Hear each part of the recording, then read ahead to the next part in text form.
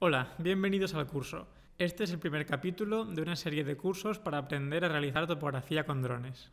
Nos decidimos a crear estos cursos porque nos hemos encontrado con mucha gente que quiere introducirse en el mundo de la topografía profesional con drones, porque se dan cuenta de todo el potencial que tiene, pero quieren tener una guía, alguien que le ayude durante el proceso y le enseñe a realizar los vuelos, procesar las imágenes, entregar los trabajos, etc. Nosotros vamos a cubrir estos aspectos uno por uno, empezando en esta primera parte por el flujo de trabajo, los fundamentos de la fotogrametría y la selección del dron. En Zetacopters hemos hecho ya más de 100 vuelos de topografía. Hemos enseñado a otros a hacerlos y hasta hemos diseñado nuestros propios drones. Pero sabemos lo difícil que puede parecer este trabajo para alguien de fuera.